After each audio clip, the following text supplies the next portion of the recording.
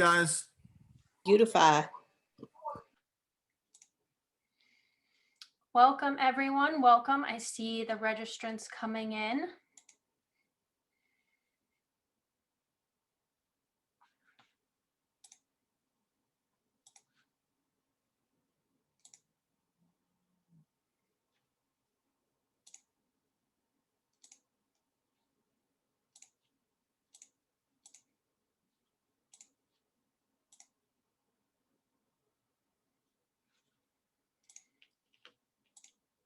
Give it another minute to let everyone come in here.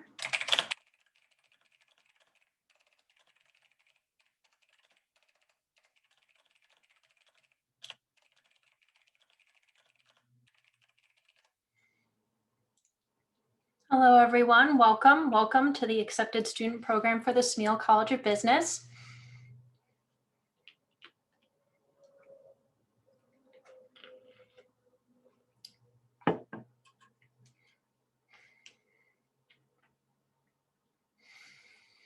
Okay, I see people still trickling in, but I know you all have a very full afternoon and we have a full couple of hours of programming for you here. So we definitely want to be cautious of your time and get started. So I'm going to turn it over to a warm welcome from our Associate Dean. Please unmute yourself. All right. Thank you, Julie. Good afternoon. Buenas tardes, everyone. I am so happy that I have the opportunity to welcome you. Of course, I would much prefer to be looking at your faces, smiling, as I would be smiling right back at you in getting not only the opportunity to congratulate you in person, for your successful application into the Smeal College as a first-year student. And I know that right now, as you are like the rest of the world, adapting to the Zoom world, we can't see each other face to face, but I look forward to hearing about your acceptance of your admission offer so that someday we could soon meet again when we are back on campus fully as we continue to fight the effects of this pandemic. So it doesn't get lost in me that I know that for you as seniors, this is a challenging year. But one of the things that we celebrate in the Smeal College is resilience and the ability to take on challenges. So we are honored that you have put your dreams and you have shared with us your qualifications that have led to the decision of applying to Smeal and also being accepted. So congratulations.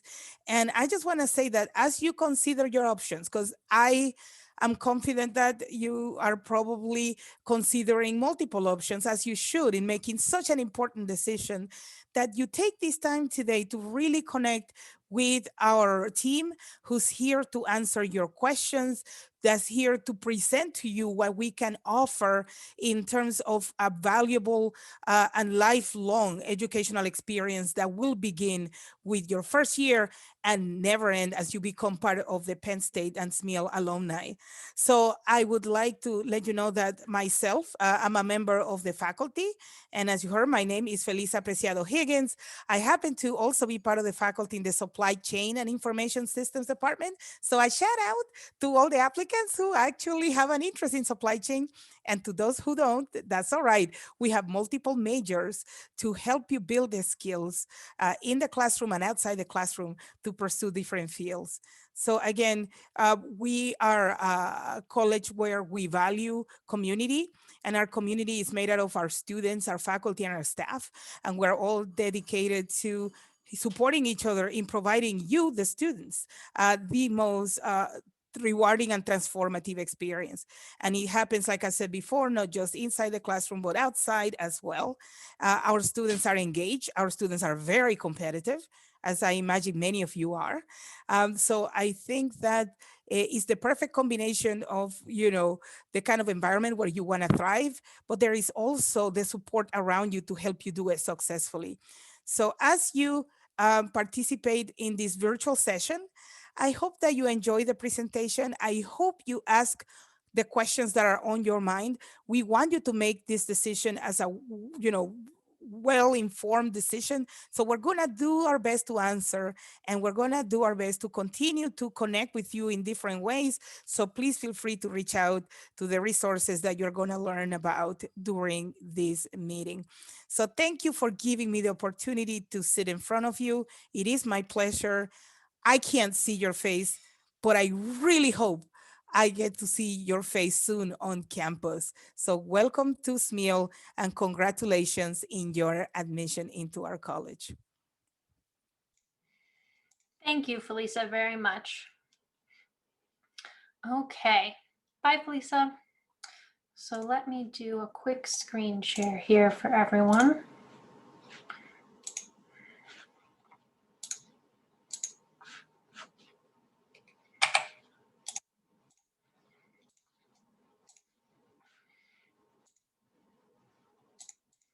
Okay. So again, welcome everyone. Congratulations on your offer of admission to Penn State University and the Smeal College of Business.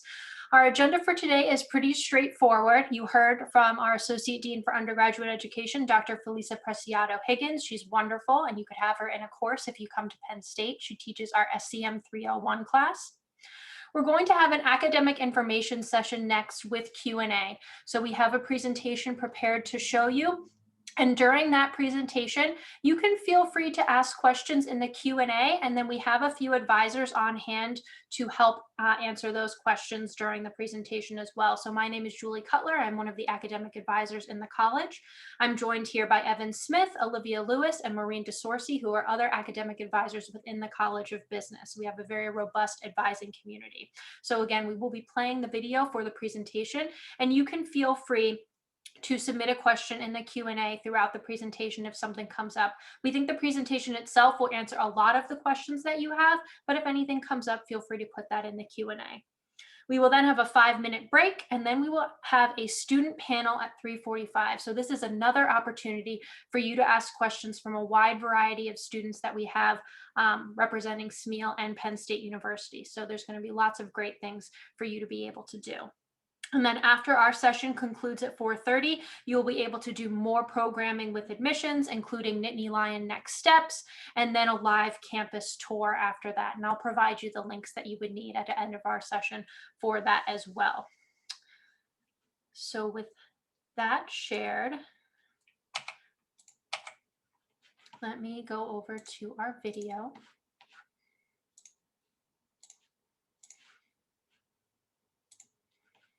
And I will get that started. And again, feel free to type in any questions you might have in the Q&A. We are here as advisors to help answer questions, but we think this is going to answer a lot of them.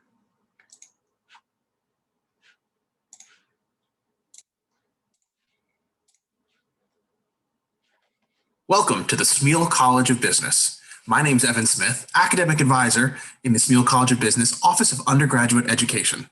Today, we're going to learn a little bit about the Smeal College of Business and review some of the important information that you might want to know about to help you aid in your collegiate decision. Here's a brief agenda of some of the items that we're going to cover today. We're going to talk about our majors, minors, and curriculum, the entrance to major process, a little bit about study abroad, career information, personal and professional resources, and perhaps most fun, extracurricular opportunities. Let's get started.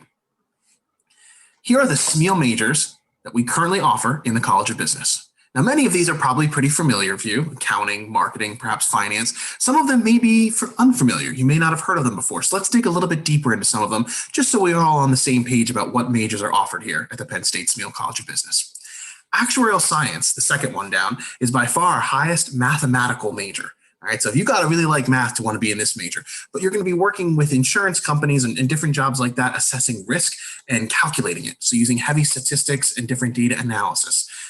It actually has an extra entrance to major course, which we'll talk about in a few minutes.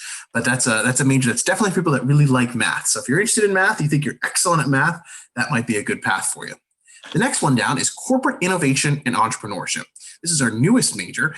Most people know the entrepreneurship part. So if you're interested in potentially starting your own business, you're darn right, this would be a great major for you. But let's look at that corporate innovation part as well, because we kind of lose sight of that one. This major is going to teach skills that are going to allow you to focus on different elements within a company that maybe other people don't see. You're going to look at things in a different lens and hopefully be able to provide that innovative light to the company that you might have. So with this major, you might end up with a marketing job, finance job, stuff like that. But using the education that we learned in these classes, you're going to see things a little bit differently. A great example is when the Green Initiative was moved, right? That first movement that really came out. What that allowed companies to do is they realized, wow, we're actually going to spend some more money up front to be more environmentally conscious and what have you, but it's going to save us money in the long term. That was corporate innovative thinking. So that's a great example, at the 4,000 foot level, to think about that a little bit more. Next, we go 3 down for Management Information Systems, or MIS, as we call it here in the college. Sometimes we get stuck on long names, so we're going to use our abbreviations, MIS. Management Information Systems is a kind of our data analytics major. So you're really going to analyze different data. You're going to work a lot in Excel to help make business decisions, obviously, that are the most profitable for the company. Very up and coming major, a little bit statistical, but again, data analytics is really the key for that major. 2 up from the bottom, we have risk management. So there's 2 different options here. So let's talk about them both. Enterprise risk management and real estate. Enterprise risk management is more managing the risk within the company. All right. Whereas the real estate risk management option is focusing on the risk that comes with real estate, whether that be acquiring or managing the actual property in and of itself. I like to kind of highlight that real estate option is not necessarily the real estate agent. All right. That's kind of a different thing. That'd be more towards the marketing. It's more the risk management of the real estate. And the last one, supply chain and information systems. Back in the day, people used to call it logistics. Now it's called supply chain. I like to give the example of the companies with the best supply chain, probably Amazon and Walmart, and that's why their products are the cheapest, because they manage the cost of their supply chain the best. So those are the majors that we currently offer in the Smeal College of Business. Here we have our Smeal minors. The first is international business. This requires students to study abroad, and we'll talk about that in a few slides. But that's a great opportunity to really get that international aspect of your education by learning in a different country. We have supply chain and information sciences and technology. So this minor is going to combine some supply chain courses in the College of Business and some IST, information sciences and technology courses from the College of IST. Now, if you're a supply chain major, you can't get this minor, right? There's a couple crossover courses, but it's a very popular one for the vast majority of the rest of our majors. Another minor is legal environment of business. Thinking law school in the future. Boy, this is a minor that we're going to recommend you get as your academic advisor. Only a couple extra courses, but a great way to really differentiate yourself to potentially that law school path. The last one is information systems management, which if you rework some of the words, you say that kind of looks like management information systems, and it is, okay? You're going to take some of those MIS courses that we talked about on the previous slide. If you're an MIS major, no, you can't get this minor because there are crossovers. But this is one of our most popular minors that a lot of students are really liking to get a little bit of that extra data analytics. Now, there are tons of other minors across the university. You're not required to get a minor, nor are you required to get one of our Smeal minors. You can get any minor that you want. Some fit with our curriculum very easily. Some are going to require a lot of extra courses, and that's why you work with your academic advisor. We'll talk a little bit about the advising focus as well in a few slides, but you can get minors from anywhere you want. Some of them are just a little bit easier to achieve than others. Now let's dig a little bit into the Smeal curriculum. And I really like to highlight this because this could be a bit of a differentiator for you in some other colleges. So let's take a look at some of these courses that we're gonna offer here. The first is a business seminar. So this is a first year course, either first or second semester, you're gonna take this course. It's 1 credit. It's designed to kind of get your feet wet, both with the resources at Penn State, but also in the Smeal College of Business. Assignments are designed to mirror more in-depth and strategic assignments that you're gonna have later on in your Smeal career. So we'll do a research project that's a lower level research project, but it's gonna help you learn how to use the research tools that are available at the Penn State Library and here at the Smeal College of Business. I actually teach one of the sections. I make all my students go to the career fair first semester. They'll be a little bit overwhelmed. They're going to write a reflection, and it helps them prepare for when they're actually going for internships and jobs, different things like that. So that's a very important course that we do in the first or second semester. We have our foundation courses. These are pretty similar to the entrance to major courses, which we're going to get in about 1 or 2 slides. So I'm going to put a pin in that one. Culture development, every Smeal student has to take at least 1 international cultures course. That's a requirement. Right? Business is international. We have to acknowledge that. We also have a world language requirement that requires students to take up to a 12th credit level of a language outside of English. So you're going to have to do that now. You don't have to do that coming into Penn State. We work on that here. We offer tons of languages, but we do have these cultural components that are a huge part of our degree. 4th one down is pretty obvious. The major courses, right? You're going to pick something that you want to study, and that's going to be your main focus. Well, you're going to take some courses in that area. That's why you're going to leave here an expert in that. So you're going to take major courses.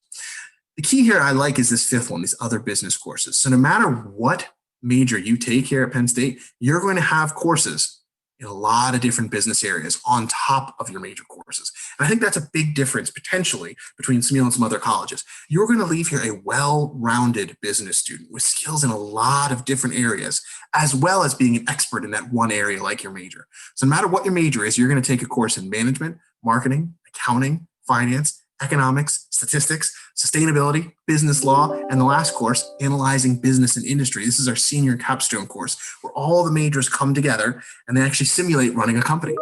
Not easy using this computer software, but you're going to make business decisions using the expertise from all of your majors and see how well your company does against everyone else in the class. A lot of fun, a lot of competition, not easy, but a really cool way to kind of accumulate your experience here in the Smeal College of Business. This is just some, all right? We're just getting our feet wet in the curriculum, but I wanted to highlight a few things that could help you decide between Smeal and maybe some other colleges. Speaking of differentiators, this is a big one. Smeal College of Business is very popular. So we have what we call an entrance to major process. So what that means is you're going to apply to Penn State, maybe you apply to the Smeal College of Business, you get in, hey, that's awesome. There's still a couple steps that you need to take to achieve a spot in your major. And that's really important. So you're not guaranteed a seat in your major. You are going to have to go through these 3 steps that we're going to talk about here for the next few minutes to get into your major. Now, the cool news is that, hey, we lay it out in front of you. We say, this is what you got to do, and you're in.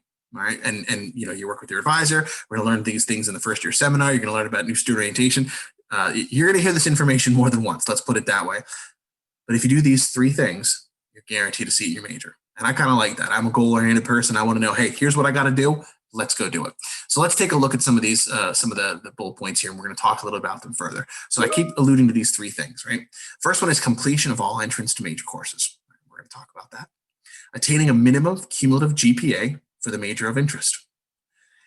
And the third one is the credit window. And this is when you're applying for your major. Now the text here says it's between 40 and 59 cumulative completed Penn State credits. What that kind of means, take a look at the bottom bullet point, typically occurs in the spring semester of your sophomore year. So between your 3rd and 4th semesters, usually around then, is the point with which you will apply for your major. Now let's dig deeper. Here are the entrance to major courses. Some of these you may have heard me even talk about just a few minutes ago. There are 8 entrance to major courses for all of our majors, and they are the same. That's what's really cool. So you're sitting here saying, boy, I'm not sure exactly what major I want. The entrance to major process for the coursework is exactly the same. If you're interested in actuarial science, you do get a 9th entrance to major course, which we'll get to in a second. But let's look at the courses. First one's English 15. That's probably the only one that's not really business related, but it's a requirement for all freshmen, really everyone across the university at Penn State. So you're gonna have to take that one. The next one, Math 110, is business calculus. That's the math course that we recommend for all of our Smeal students for entrance to major, unless you want actuarial science, and then you're going to take Math 140.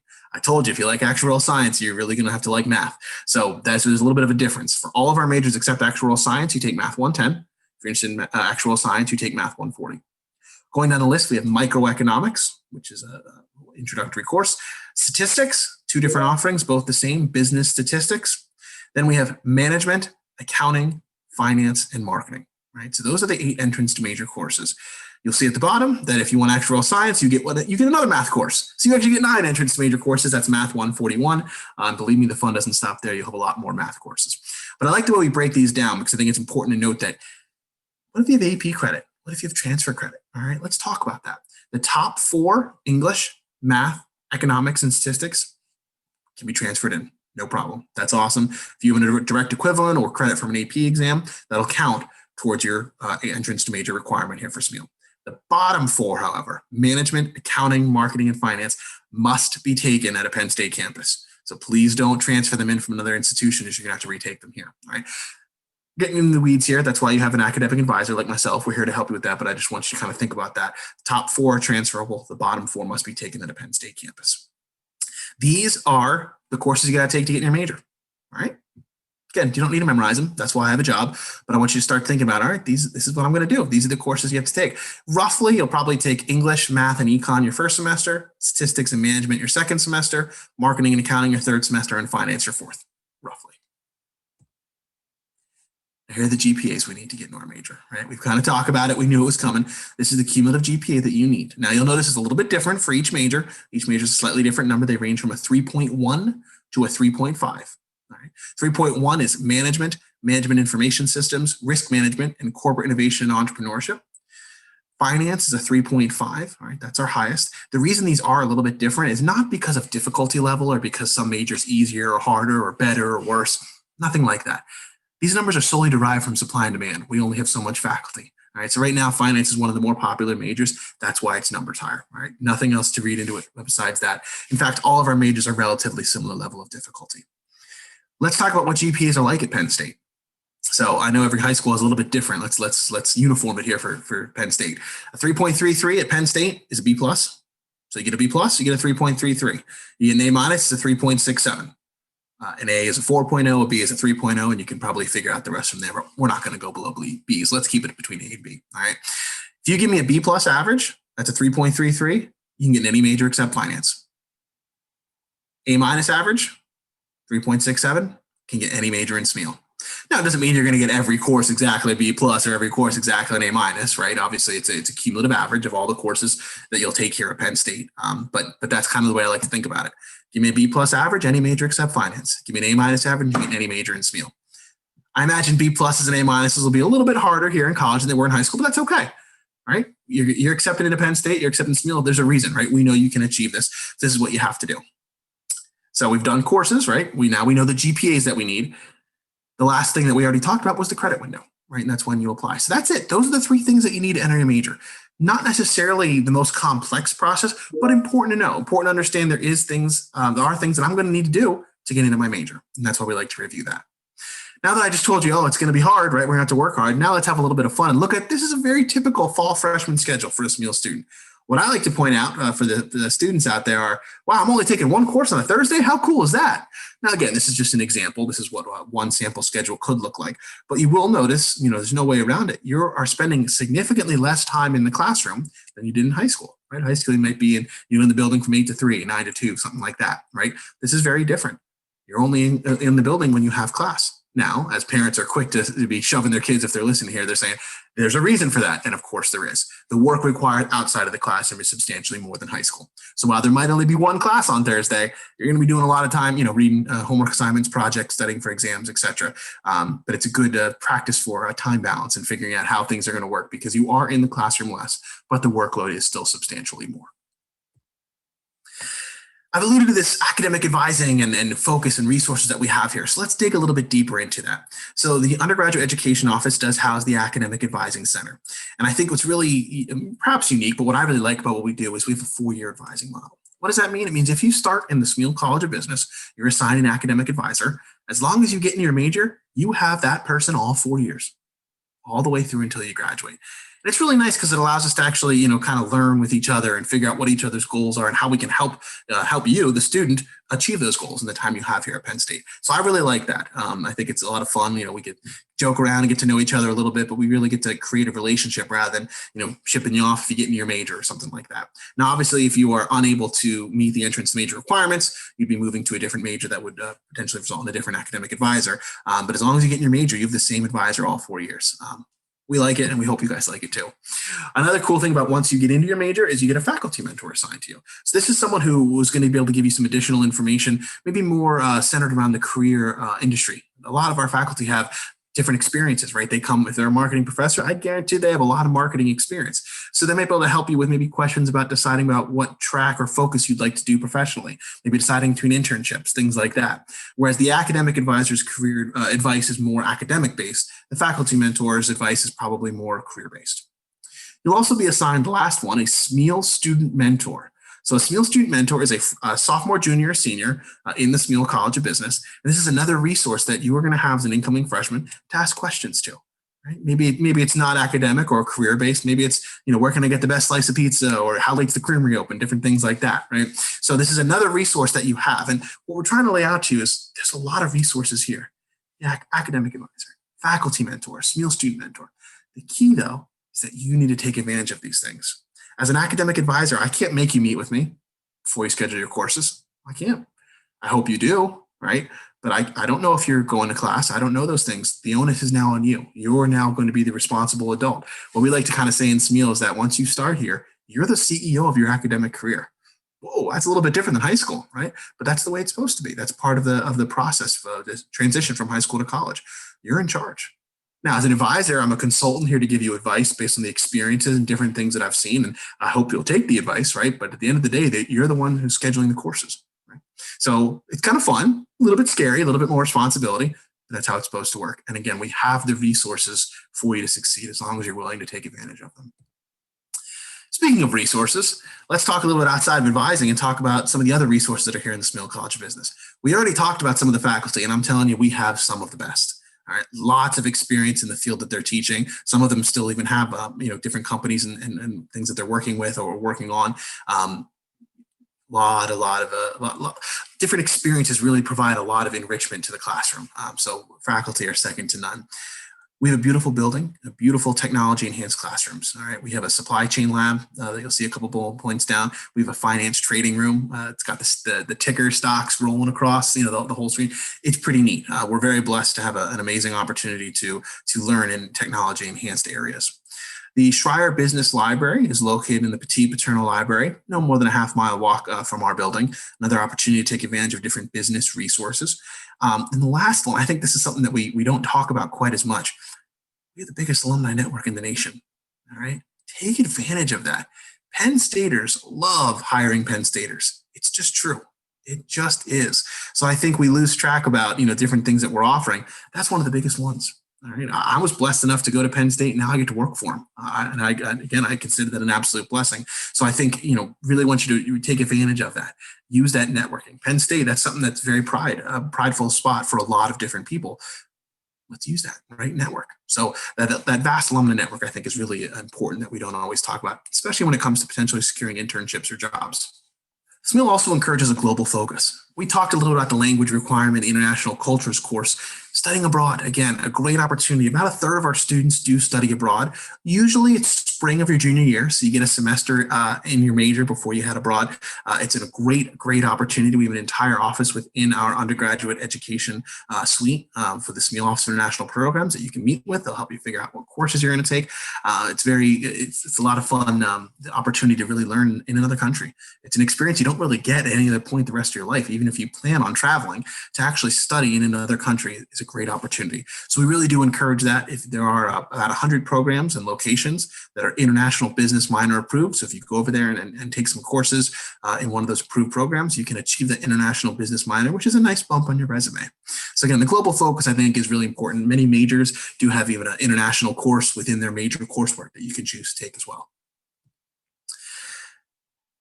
Of course, one of the most important things is career and internships, right? So right off the bat, Smeal does not require an internship. You do not need one to graduate. Having said that, many of our students do, okay? But again, it's not a requirement. Here are some of the companies that want our students. This is from 2019, 2020, so the last hiring cycle. You look at those names on the left, those are about as big a companies you can get. I like to kind of point out, wow, look at all the companies that are listed on here, right? And this is just 2 to 3 hires. The box that would be one hire would be bigger than this slide could be, right? These are some of the best companies. They want Smeal students, whether it be for internships or jobs after graduation.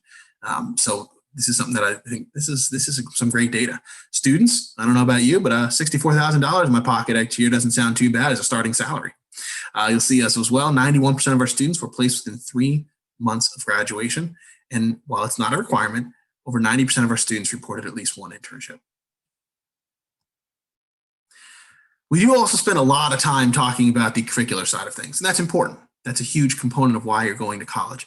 But we can spend a little bit of time talking about the extracurriculars as well. So here are some of the extracurricular, I think, opportunities and different things that you can do here on campus. We have over 40 business clubs you can get involved in. There's over 1,100 clubs across the university. All right. My advice to students is when you come here as a freshman, go to the involvement fairs and sign up for a couple clubs, see what's out there. Nothing's beholden to you to keep going to them if you're not interested, but try to find one club that's maybe business or major related that you can really get into, maybe move up into leadership as you progress throughout your academic career. And then find one club that has absolutely nothing to do with business. Go have some fun. Maybe it's an IM sport, right? Maybe it's something else. Go have fun. With 1,100 clubs and organizations, my bet is you can find 1 or 2 that you think are interesting.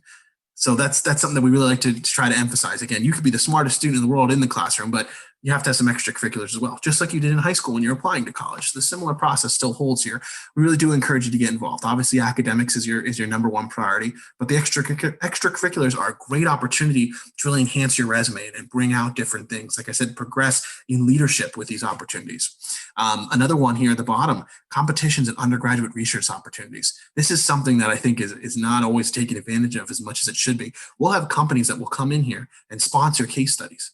They'll visit 3 or 4 times a year, have different of their employees come in and mentor you, mentor your projects and progress. You'll present to high-ranking people within this company.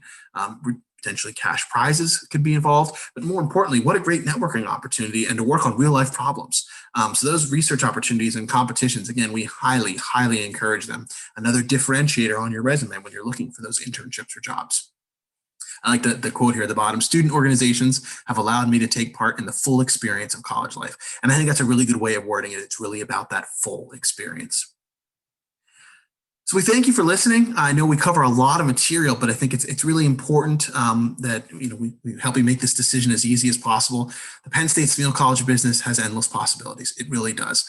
People always ask, well, what can I do at Smeal? And I say, the limit's really up to you. And I think that's the way I'll leave it today. And we appreciate your time and thank you for your consideration for the Penn State Smeal College of Business. Have a great day. Okay.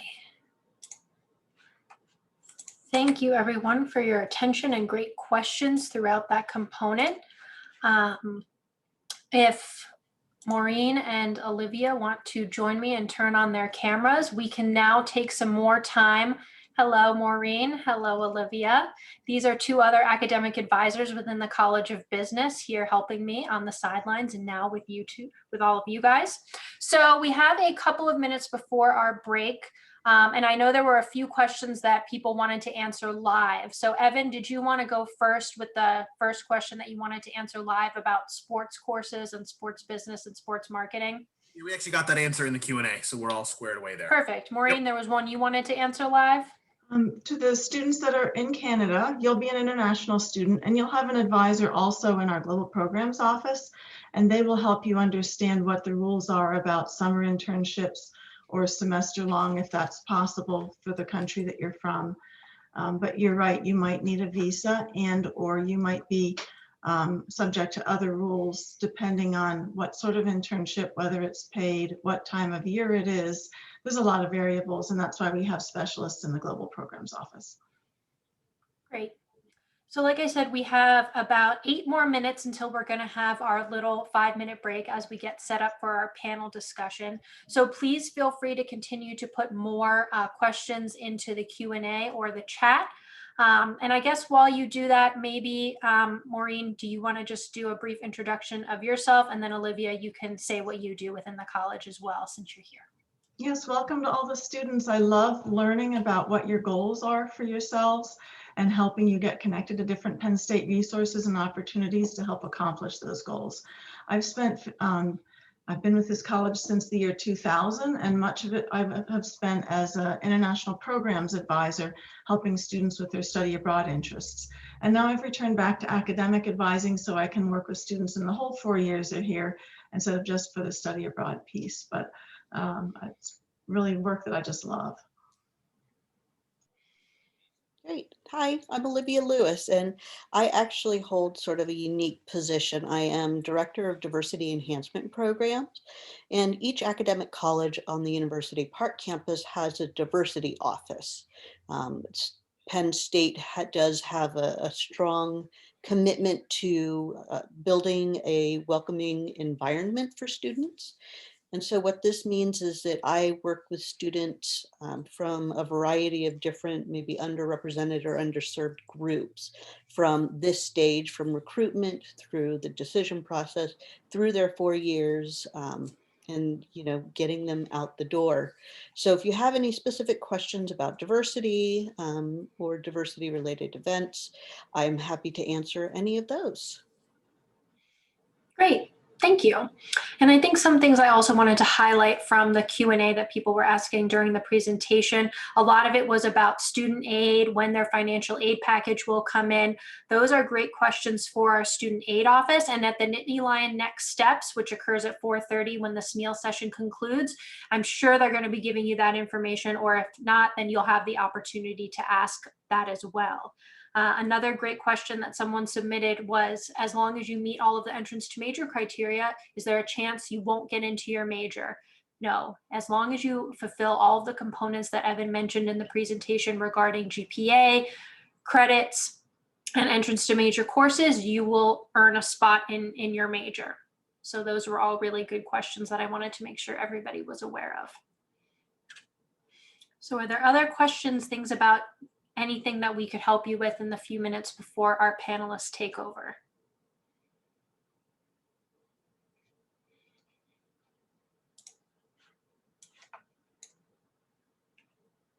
No, we've done it.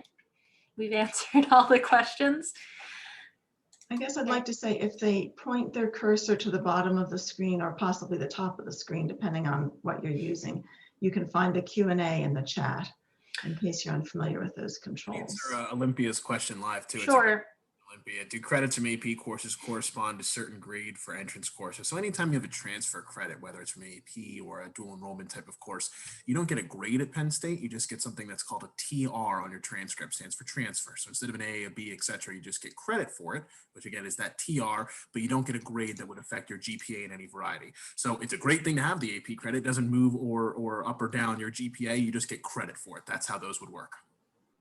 And in order for credits to transfer, you do need to earn a C or higher in the class. So if you were to take Econ 102 microeconomics at a local community college, as long as you earned a C or higher in that, it could transfer to Penn State, and then it wouldn't count towards your GPA at Penn State.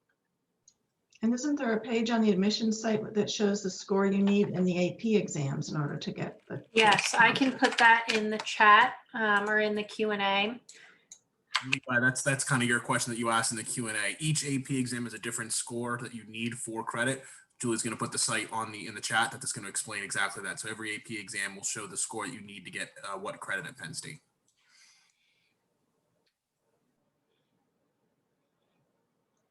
Most exams need a 4 or a 5. But for example, environmental science, you can get a 3, but psych AP, you need a 5. So it's good to look at that chart, and it's very easy to follow.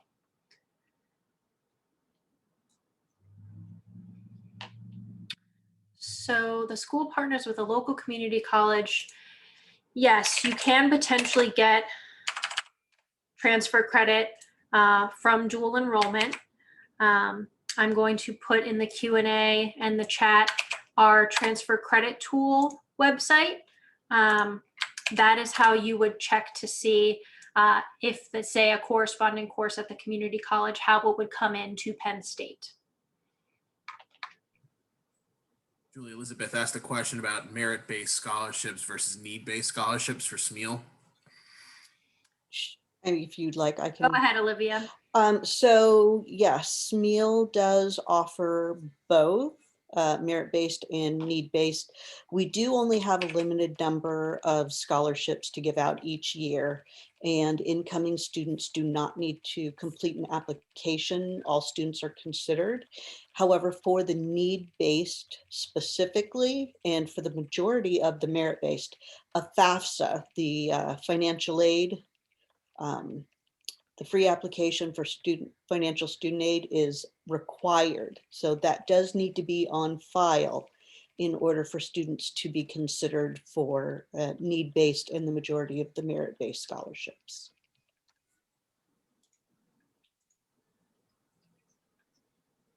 Great. Maybe take one more question. And then, like I said, you're going to be hearing from a lot of students who can give you really good information about. I will actually show you who you will be hearing from.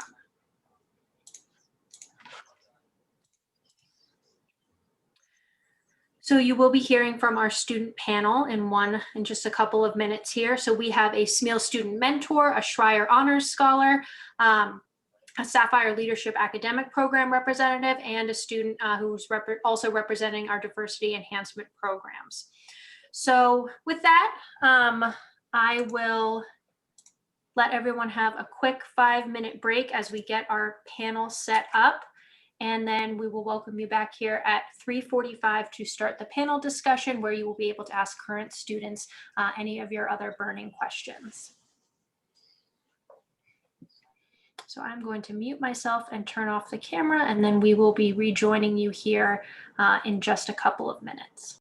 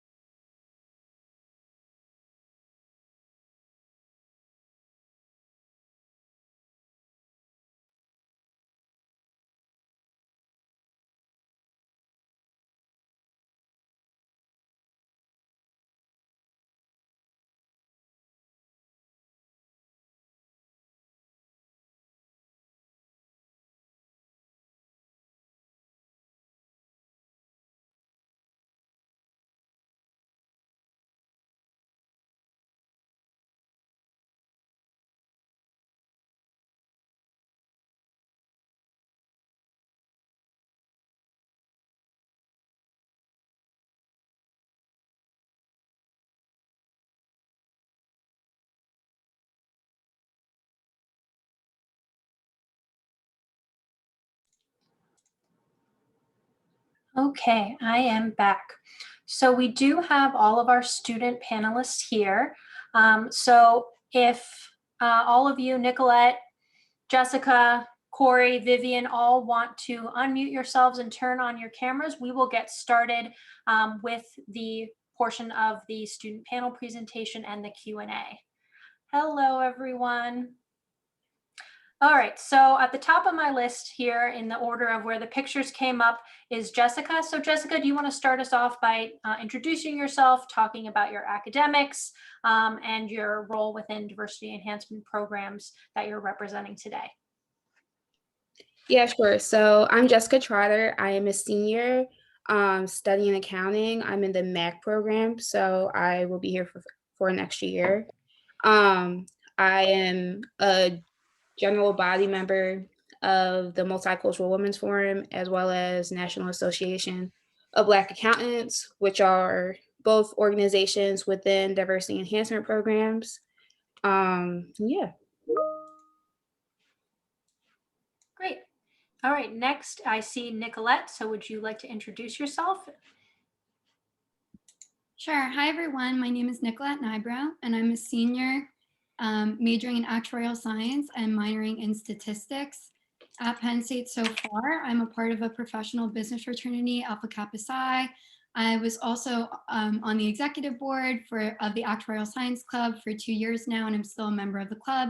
I also did something called Wall Street Boot Camp at Penn State, which is really good for people interested in Wall Street. I also did something called the Consulting Training Program, which is now a part of the Nittany Lion Consulting Group, where I learned about consulting for a little while, which was really cool.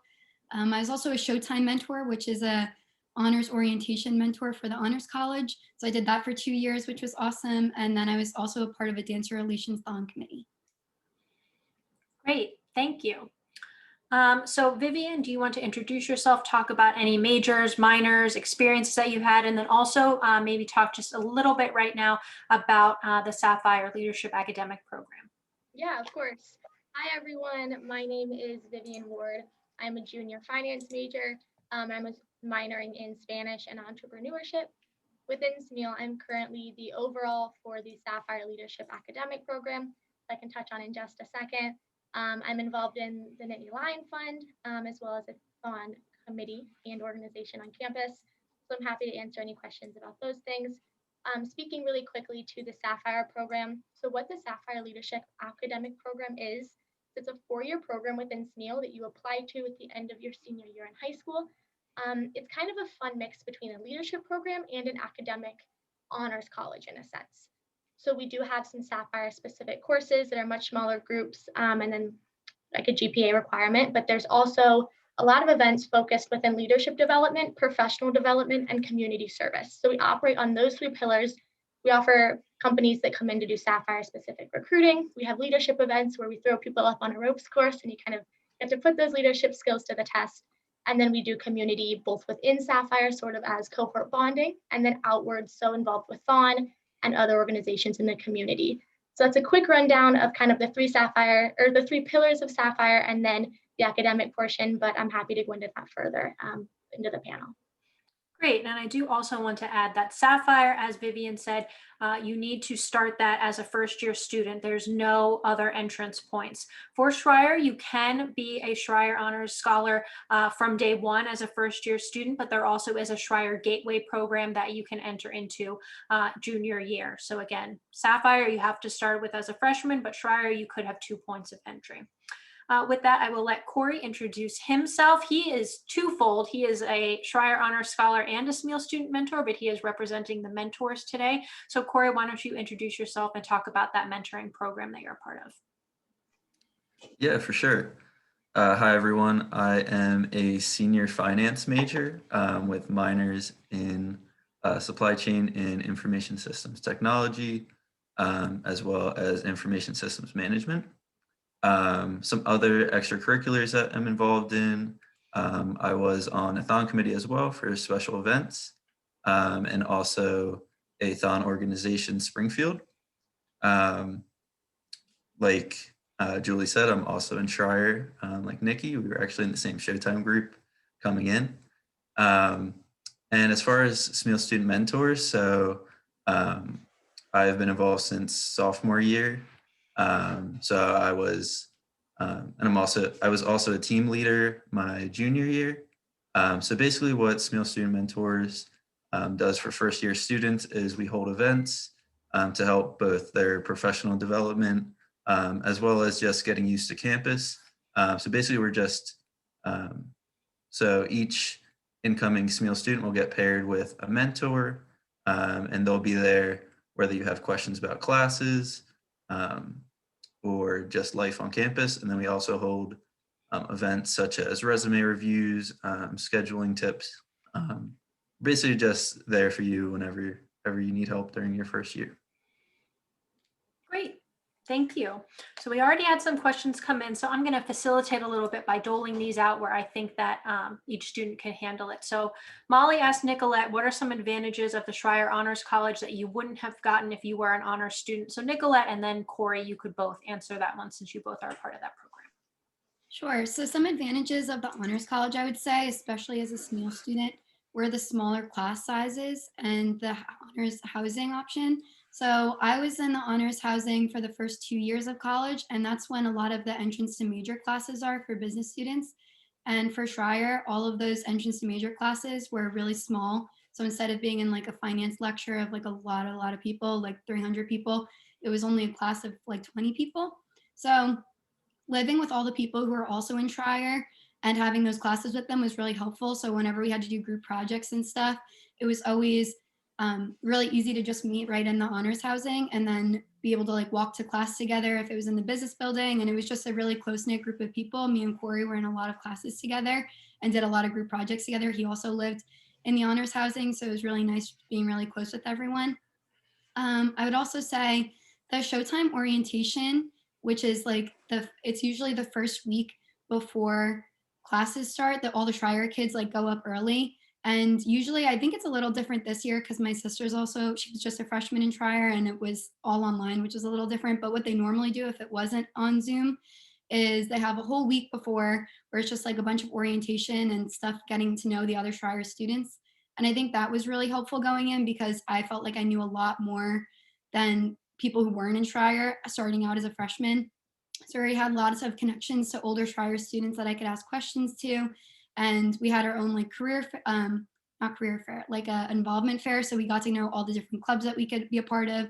So I think having that Showtime and orientation right before was really helpful. And then the smaller class sizes and the honors housing were the biggest takeaways of being in Schreier. And another thing that we have to do is also write a thesis, which has more like one-on-one work.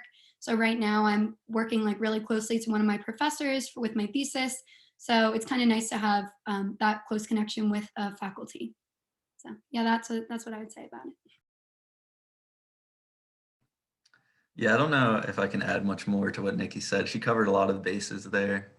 I guess I would just you hit. can also add, another question came in for Schreier. So maybe since she covered a lot, we can turn that one over to you. As part of the Schreier honors courses, as part of the Schreier Honors College and a business major, do you only take honors courses or do you take regular courses? I'm sure you can tackle that one. Yeah.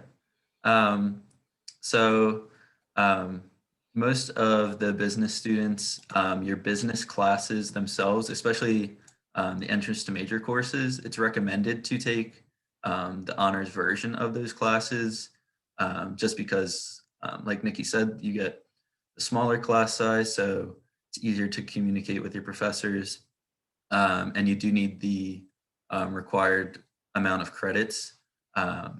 So those first 2 years, especially, if you take all the entrance to major honors business courses, you'll be able to get that credit amount, no problem. It's a little more difficult junior, senior year, just because there aren't as many honors classes, but there are honors options. So if you don't want to take a honors level course, you could always take the regular academic version and add an honors option if you need extra honors credits and you don't want to take the honors course for that. So there's definitely, it's honestly all up to you. If you want to take the honors course, you can do that, but you can also take the academic version and pursue an honors option in another course. So in the end, it's all based off what you want to do, but I know the advisors normally try to get you to take the honors course if possible. Great, thank you. Let's see some other questions here.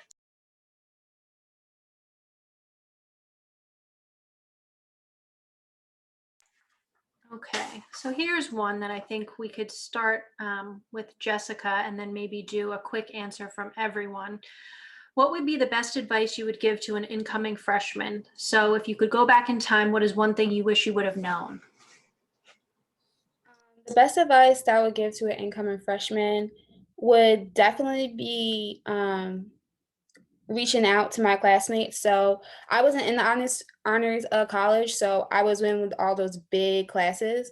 But like everybody else, every other first year student, like I didn't really know many people. So just reaching out to someone next to me and be like, hey, do you understand this? And they were saying like, no. And I'm like, okay, let's work together for it. Like little things like that. And that also helped me create some friends that I will see like in classes for like junior year and stuff. So definitely reaching out to people in your classrooms, and also just reaching out to your teachers too for like office hours or something to get help. All right, I will keep going down. Nicolette, you want to answer that one next? Sure. So the biggest advice that I would give to freshmen is to get involved like almost immediately with anything. There's always a really big like involvement fair. I know there's a Smeal involvement fair and a regular involvement fair, and there's a Schreier involvement fair. So there's a lot of different opportunities to be able to figure out like what clubs you would want to join, but getting involved right away was really helpful for me. When I came out as a freshman, I immediately rushed a business fraternity and got involved with that. And I made a ton of friends through that. And it also helped me with a lot of professional development. So I think that was really helpful to get started. And then through that club and that organization, I learned about what other people in that organization were doing outside of just that fraternity. And that like made me branch out and get involved in a lot of other things as well. So I think whatever you do, whichever thing you pick and you stick with the first semester, that will really help you get involved, and it will like branch your entire future. So getting involved early is probably the biggest advice that I would give. Vivian? Yeah, I think adding off of what was already said, the biggest advice is kind of constantly working to find the balance. So I think being in Smeal, being at Penn State, it's a giant school. There are opportunities pretty much in everything you could possibly be interested in, whether those are community service, things like Thons, Smeal specific opportunities. I think it's important to not get too overwhelmed by these career fairs because they are pretty overwhelming. Sometimes there's lots of booths, lots of students. So I think it's important to try to find the balance of how you're going to get involved, how you're going to remember to reach out to people like Jessica mentioned, but also still focus on your classes. So I think keeping that in the back of your mind before you make the mistake that I did, which was joining 5 things right off the bat, and then I quickly overwhelmed myself. So keeping that in mind as you're getting involved. Corey? Yeah, I would probably say the biggest advice that I have is to just step outside of your comfort zone. There's like you can get stuck in what you really are good at, but I think the best way to grow, especially during college, it's the time to really grow both professionally and personally.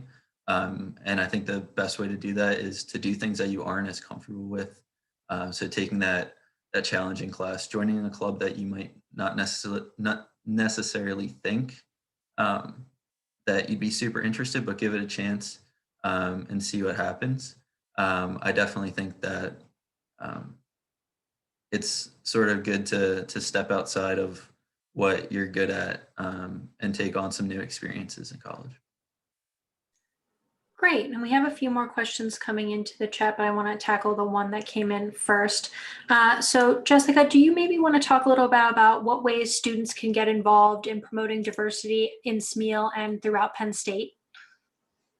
Yeah, definitely. So in DEP, there's also something called Council of Multicultural Organizations, which are basically all the organizations for diversity students. So there's about 9 of them, and you can literally show up at any meeting, also get involved onto those executive boards. It's very easy to get involved, even if you don't want that much responsibility. They have roles where you can get involved and just spread the word about the program and like help market and get more people and get more perspectives within their organization. And I'm pretty sure that's within any college that you go to. So even if you're in Smeal and you want to go to an organization that's within the liberal arts college, you can do the same thing. There's a ton of organizations all over campus that you can get involved in and become an executive board member within your time at Penn State. Great, thank you. Evan, I'm going to turn one over to you about how many students are in each class. We're going to give a very broad answer since there's a lot of answers to this. It's a great question. It really can depend on the course. Courses like some of your first year English classes like English 15 or your freshman seminar, PSU 6, is 25 to 30 people. Your Econ 102, which is another freshman class, could be as big as 600-800. Okay, so it really does depend. Traditionally, class sizes get smaller as you get to your major. Most of our major courses are 40-50 students or even less, but some of the larger gen eds and other courses that a lot of students have to take can be quite a bit bigger. Thank you. So there are a couple of questions that are kind of combined, and maybe if two of you feel pretty passionate about these, you could volunteer. One question was, how did the pandemic impact you guys from a college perspective? What changed? And did you have to go home for an extended period of time? And then kind of combined with that, a two-parter, how did Penn State handle the COVID-19 pandemic? So I guess your kind of experience with virtual learning and all of that stuff combined. So does anyone have any initial thoughts they want to share? I can jump in on this one first. So in terms of how the pandemic has changed kind of what we knew as a college experience to what it is now, I think the biggest thing is having to adapt from a student perspective to online learning. So I think that comes from, as many of you may know if you're doing online school, the motivation perspective, kind of you have to be more on top of it yourself, keeping up with it. You're not going to have a professor who's going to tell you in class, like, by the way, guys, assignment due at midnight. It's much more independent than college already was beforehand. That being said, I know that Penn State offers a lot of web classes, and I don't know about everyone else on this panel, but I had taken one or two prior to the pandemic, so did have a little bit of an experience there. But then I guess the other half of this was how Penn State handled it. I think considering Penn State's handled the pandemic really well, looking back in March, I think we had just the week of spring break, and then it quickly picked back up into online classes. So professors were able to adapt pretty quickly to using the online technology. From my experience, we're still learning the same things we would in class. We still have the same group projects, the same assignments, finals. It's obviously in a little bit different manner, but leveraging platforms like Zoom has made it pretty easy, using breakout rooms quite a bit, trying to get as much interaction as possible. But I think overall, it's been a fairly seamless transition. Like I said, I still feel like I'm learning as much as I would be if I were in the classroom. But I don't know if anyone else wants to add in there. Oh, you could go. Go ahead. So go ahead. Okay, so I agree with everything you said. I think that Penn State did handle it really well. I would just say the only part that was like kind of sad is that nothing was like as fun. Like even going to classes, it was so much more fun, like just sitting with your classmates and like getting to walk to classes together. And I know the Smeal Business Building, if anyone's ever been there, is always like bustling with people. And I would always go there and see 10 people or 15 people that I knew. And I would just like always go up and say hi to them, and people would study together. So I really liked how it was super collaborative before. And I know that that can happen because of the pandemic, but just keep in mind that when everything goes back to normal, it's still going to be like that. And it's still going to be really fun and everything, even though right now it's online and it's a little different because clubs used to meet all the time and it used to be way more interactive. So I do miss that a little bit, especially it being our senior year. But I just want everyone to know that hopefully it will go back to that and it will be even better. But that's the only like biggest change that I've seen is it's just like not as fun going to class and everything with it being online. You guys have had a very unique perspective from being able to have come in as a first year student with everything kind of normal and then the big transition. So I think it's important for these students who are still considering Penn State and Smeal to know that, you know, right now we don't know what fall and summer are going to look like. One student asked that, you know, our class is going to be in person. We are having in-person classes for some courses. We did last semester and this semester. But the majority of classes are web or Zoom.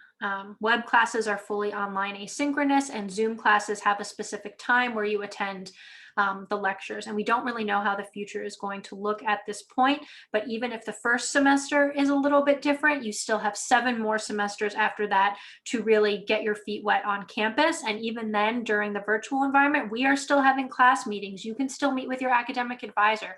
You can still attend clubs. They are doing virtual career fairs, resume review. There's still lots of things that we're doing. You know, Penn State didn't just give up and shut down. We're moving everything that we can virtually to make it as rich of an experience and robust of an experience for students, even if you're starting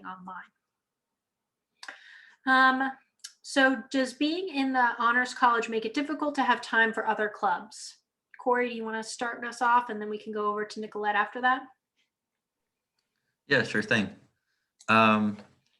Personally, I didn't find it too difficult to make time for clubs. That is the one big difference between high school and college that I found is you go into it and you think that you won't have as much time, but you do have a lot of time in between classes, and you have all the time at night, which is when most of the clubs meet, when most classes aren't necessarily happening. So it seems like there's so many more hours in a day somehow in college than it did in high school. And I think just with all the clubs, almost all of them meeting at night or on weekends, it gives you so much flexibility in how you schedule your classes and how you make time for clubs. So I think that even being in Schreier and with the extra, like some of the extra honors work, I still found plenty of time to still go to the club meetings during the weeknights or the weekends, and still go to plenty of the events that my clubs had. So I personally didn't think it was too much of a load on my schedule to balance it. But once again, it's all depends how many classes you're taking and how many clubs you are involved in. But I think there's plenty of room to balance it between the two.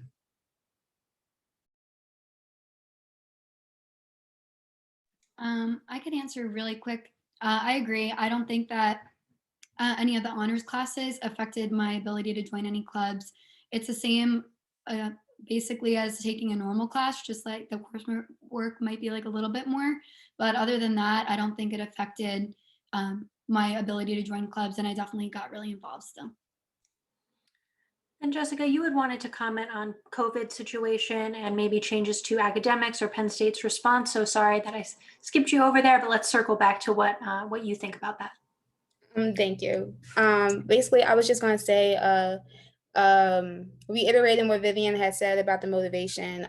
That's the hardest thing that I thought about COVID. Like, everything was fine. It's just having that motivation to actually do the work. And that's because usually when I was in college, I was looking forward to something on the weekend. And because of COVID, I didn't have anything to look forward to. So that motivation kind of like lacked. And I had to revise how I would motivate myself to do my work. So. Okay, thank you.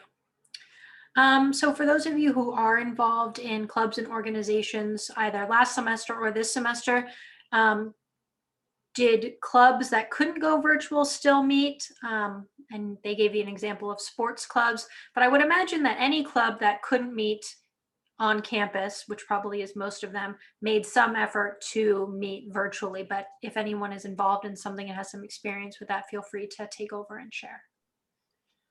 Yeah, I can start. So last year, I was the vice president of Multicultural Women's Forum, and when we switched over to virtual and still held our meetings.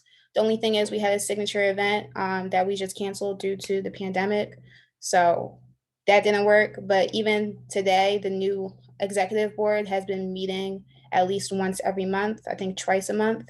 And has been having great turnout, even better than before the pandemic. So everything's still good on the organization front from what I see.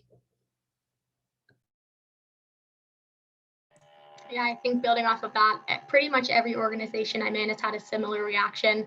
It goes online. There are some things like in Sapphire, we do etiquette dinners, things like that obviously weren't happening this year. We weren't all eating in a room together. But we created an LD bootcamp series, Leadership Development Bootcamp series is what that stands for, in its place. So we're still able to do things online. I would say I was involved in an IM sport my freshman year. From what I saw, there wasn't really anything you could do. I think our team just kind of didn't do a whole lot. We're just hopeful to get involved this next spring. So from that perspective, I didn't see a whole lot. I think they had IM sports that you could play video game tournaments in. You could play the sport if you had like the compatible video game. I didn't get involved in that, but I think that was an option. But yeah, other than that, like Jessica said, pretty much everything was pretty easily switched to a virtual setting. And a student asked, are you disadvantaged if you aren't in the honors college? And I'm actually going to say that Evan should answer this one because we've talked a lot about the advantages. So all of you here have really rich experiences. Vivian, you're in Sapphire. Corey, Nicolette, you are in Schreier. But we are trying to show a broad range of students and the many opportunities here. But if you aren't in Sapphire and aren't in Schreier, can be a successful student. And Evan was a graduate of the Smeal College of Business. So Evan, do you want to just answer that question really quickly? And then if the students have things to add. I think it's really cool being sold out as, someone who wasn't good enough for Schreier. No, I didn't actually apply for Schreier. No, I think, it's great. And I think at the point in which you're at, it's natural to be looking at those advantages, right? Look at opportunities like Schreier and obviously Sapphire as well is another incredible opportunity. You're going to be fine without either one of them. I can promise you that. Okay. Penn State has the way Smeal and Penn State are really set up is that there are enough opportunities for you to take advantage of. The key is that you need to take advantage of them. All right. Now, being in Sapphire and Schreier can give you some ways that you're required to take advantage of them, right? Because of the different mandatory components of the program. But there are so many things that you can do by yourself. You do not need these programs to actually achieve those things. All right. And that's what we really try to stress. That's the biggest change really as you move from the high school area where, you have your guidance counselor, your parents are involved in what courses you're taking. When you move to college, you're now the CEO of your academic career. All right, you're in charge. Yes, Julie and I and Maureen and Olivia, we're advisors. We give you advice on what courses to take. Guess what? We don't schedule your courses. You guys do. You could ignore everything we say. Please don't, but you can. Okay. So I want you to start thinking about now the fact that that's really the biggest change from high school to college is that you're in charge. So take advantage of those opportunities. We answered many questions in the first session about, getting involved with internships and different leadership opportunities, right? The opportunities are there. It's up for you to take advantage of them.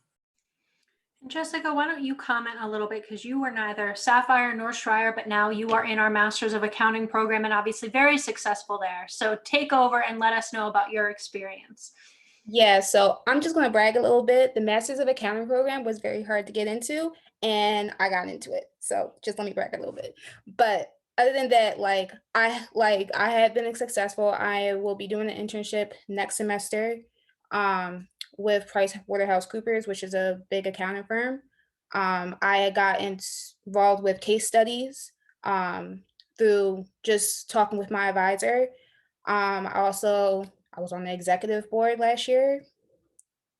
There's so much stuff that you can do without being in Schreier's or Sapphire. Just like Evan said, as long as you got the willpower to go out and get it, then you can do anything at Penn State. And Penn State is such a big network that as long as you you can just talk to somebody who was like, oh yeah, sure, I'll apply for that, and boom, you got that position, or you got into that program, and now nothing can stop you. So literally just go out and get it. Don't be lazy. So this one can be for a couple of students who have a thought about this. How accessible are professors, and how can students get involved with research? So maybe Jessica and Vivian, do you want to handle how accessible are professors? And then Nicolette and Corey talk about getting involved in research. We could do it that way. So Jessica, we could go back and start with you for the accessibility of professors. Okay. I think professors are very accessible. I have emailed 3 of my professors in the past week, all after 8 o'clock, and they all got to me within 24 hours. So that's pretty accessible to me, especially in a virtual reality. Even before the pandemic, they have office hours that you can pop into, and if you can't make those office hours, you can make an appointment with them. So I think they're very accessible. They definitely will work with you and your schedule as well. Yeah, and for those of you who haven't visited Penn State before, all of the business classes for the most part and professors are located in Smeal, as opposed to having different buildings. I think our engineering school has a handful of buildings, all for engineering classes and professors. One thing that's really nice about Smeal is I've been in the atriums, in our bottom floor, working at desks. I'll have a question, I'll run up 2 flights of stairs, hop in a professor's office. So it's very accessible. I've never had an issue with it, and I've had the opportunity to make really strong relationships and connections with my professors outside of just a classroom setting where I raise my hand. So I think they're super accessible.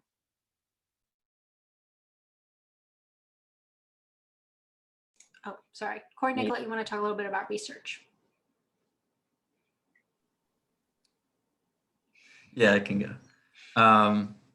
Yeah, I think as far as research goes, it really just goes back to, once again, just reaching out to your professors and letting them know that you're interested in pursuing like research in a specific field. Like Jessica and Vivian said, the professors are here to help you and to help you grow. And I've not had a single professor that if I asked them to pursue research or help in a specific area, them decline me that help. They were always there to make sure that I could succeed in something that I was interested in. So I think it really just goes back to reaching out to your professors and letting them know that you really want to pursue a certain area. Yeah, I don't have anything crazy to add to that. Research for Smeal majors is like, other than maybe working on your thesis, is not super common. But if you wanted to get involved with it, you definitely can. I feel like research is more of like a sciencey type thing. But working on my thesis and everything, there's a ton of resources in like the library and everything. And if I had any questions specifically for my professors or any one of the teachers who taught any of my classes, about any like actuarial concepts or anything, like they would definitely help me. So I definitely think it's there. You just have to ask the professors. I think the common theme is that the professors and the staff are here to help everyone. So if you have questions, it might feel stressful or anxiety provoking to reach out, but that's why we're here. We want to help you and we want to provide you the resources that you need to be successful. So before we circle back to, I think maybe one final question, depending on how long this takes with our students, I wanted to let our academic advisor, Maureen DeSorcy, talk a little bit about study abroad, the impacts of COVID on study abroad, and how that will work moving forward. And then we'll have another advisor answer a different question. So Penn State is well known for its study abroad opportunities, and there are some opportunities with faculty members, especially within Smeal College.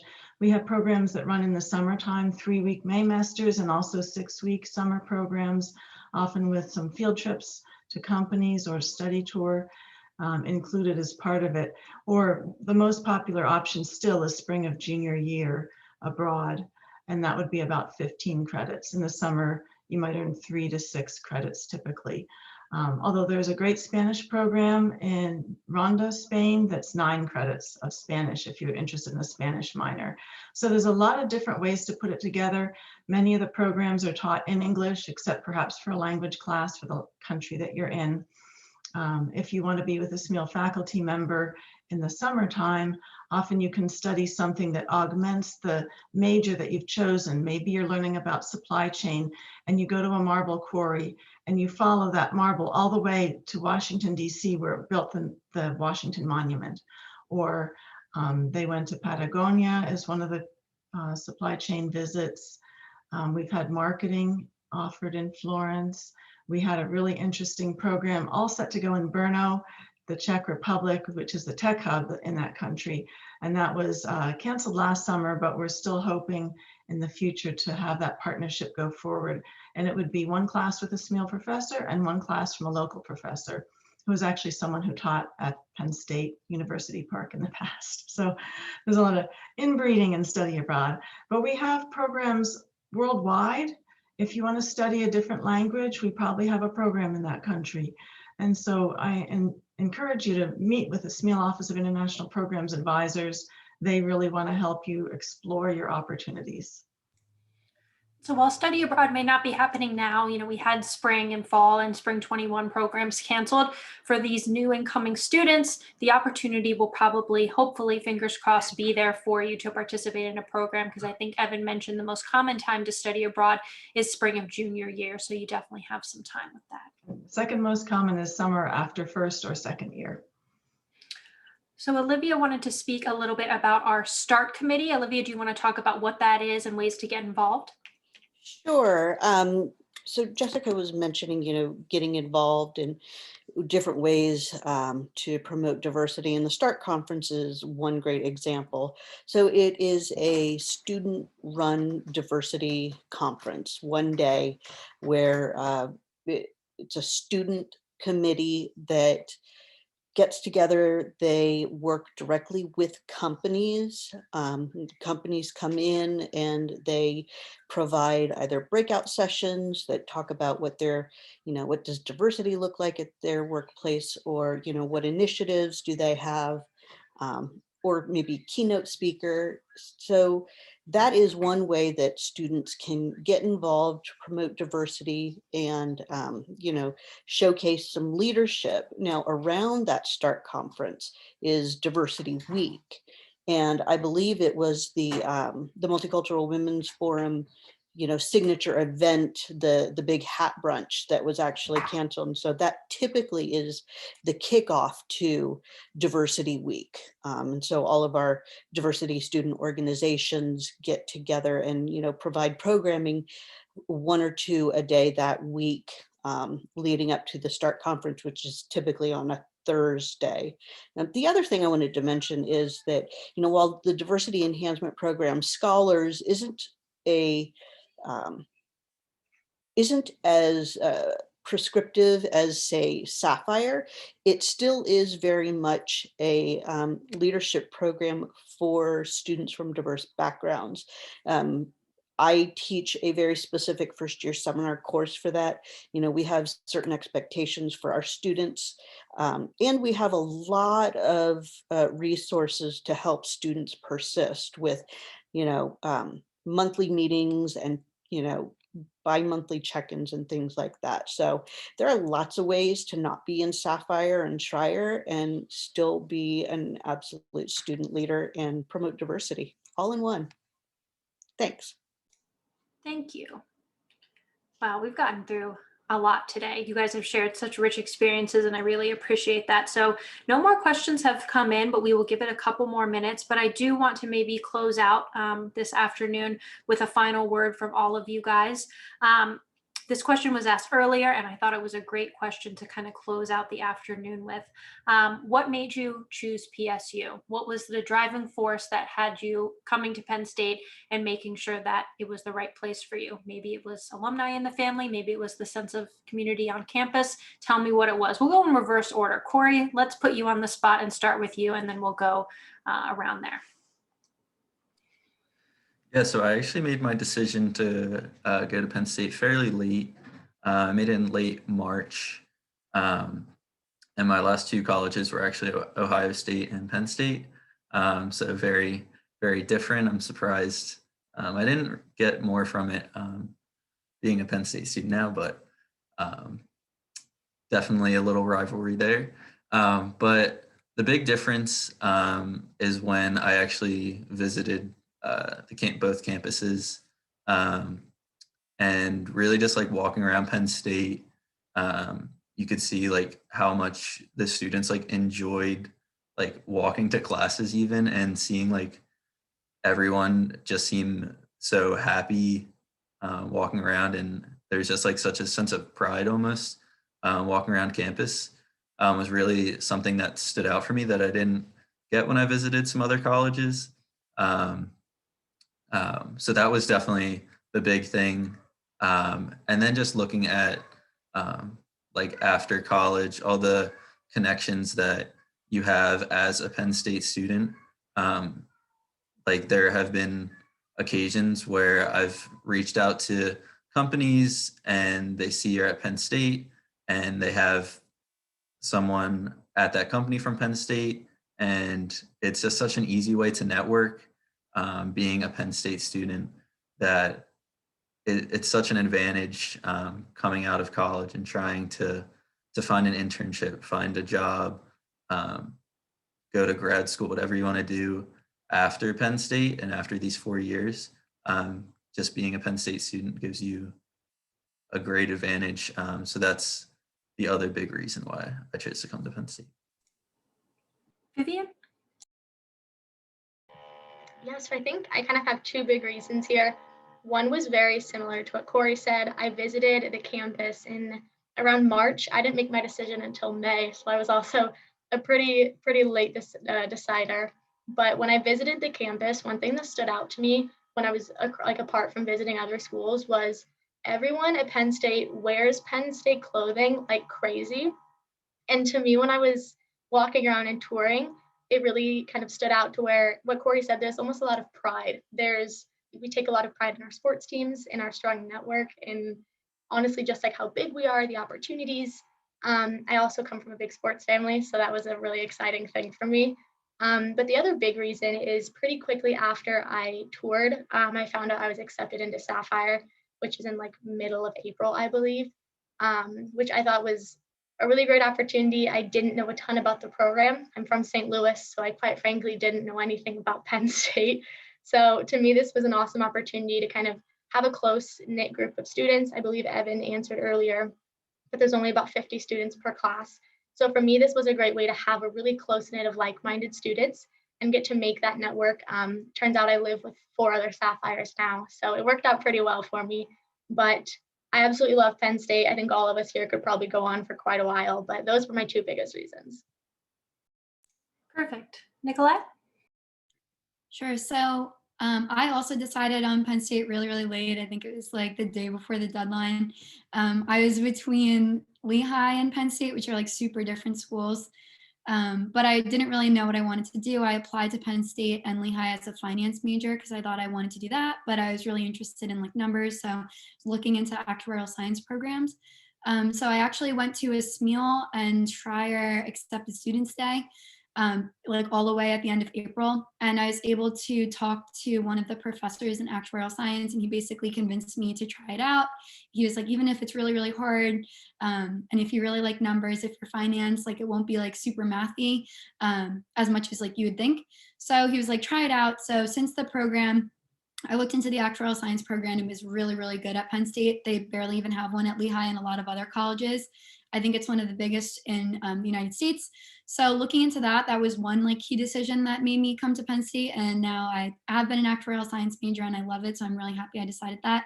And then secondly, kind of is the same as Corey and Vivian. I just love the school spirit of it. I was a cheerleader in high school and like love how there's like all this good school spirit around football games and everything, which was really fun. And just walking on the tour and campus, like going through the hub, which is like the main building they have, it's always like so fun and happening. And like they had like a DJ like all the time, and just like seeing all the like fun atmosphere walking around on the tour really, really wanted me to like led me to the decision to go to Penn State.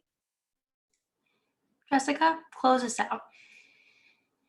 Yeah, sure. So I chose Penn State primarily because it was a large school. So my high school was a very large school, like thousands of students type large. So I was used to going to a large school. And I found that large schools normally have more options on what you could study. So coming into Penn State, I didn't know what I wanted to study. I was like, business, we'll take it from there. So knowing that Penn State had a lot of majors that I could choose from, I like that. I like options. And also another reason was I came up here. I didn't come up here on an official visit. I came up here with my track team, and we walked around a lot. And seeing that downtown was very not very populated, but there was a lot of people and a whole lot of stores and a lot of eateries and stuff that I could go to in like a 2-minute walk from my dorm. So I liked that. So yeah, those were 2 main reasons why I basically chose Penn State. We're very student focused at Penn State and in State College. Most everything revolves around the students. So we only have a couple minutes left, and I do want to make sure I give all of the students and families on the call right now their next steps. So I really want to thank Jessica, Nicolette, or Nikki, as Corey has been calling you, Corey and Vivian, as well as the other advisors who helped me out, Olivia, Evan, and Maureen. So thank you so much for your time, and for all of you students and families for your attention today. We really appreciate everyone being here, and we hope that you learned a lot. So thank you so much. So we'll say goodbye to our panel. Thank you again, guys. And then I will put up a slide with your next steps for the students and families on the call. So thank you so much. Thank you. Thank you.